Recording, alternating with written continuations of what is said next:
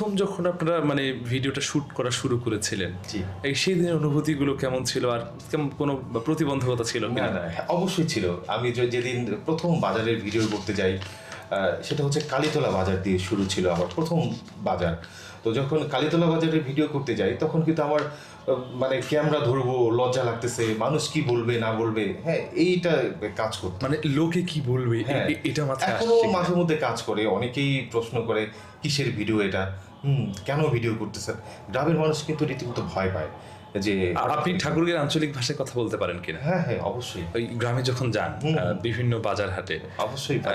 কিভাবে আসলে তাদেরকে অ্যাপ্রোচ করেন একটু আমরা শুনতে চাই আপনার কাছে, মানে গ্রামীণ সেই ভাষাটা।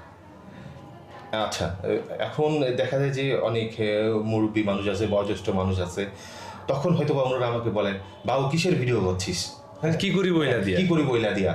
তো আমি তখন ওনাদেরকে উত্তর দিই যে তোমার ভাতা দেওয়া হবে, এই তাহলে তোমার ছবি তুলেছি আমরা। মানে ভাতা দেওয়া হবে, হ্যাঁ। এই লাতে তোমার ছবি তুলেছি। তুলেছি। মানে ব্যাপার, মানে সে তো আর কন্টেন্ট বোঝে না। হ্যাঁ, সে তো কন্টেন্ট বোঝে না। আচ্ছা, অনেকেই আবার রেগে যায় যে আমার পারমিশন ছাড়া ভিডিও করছেন কেন।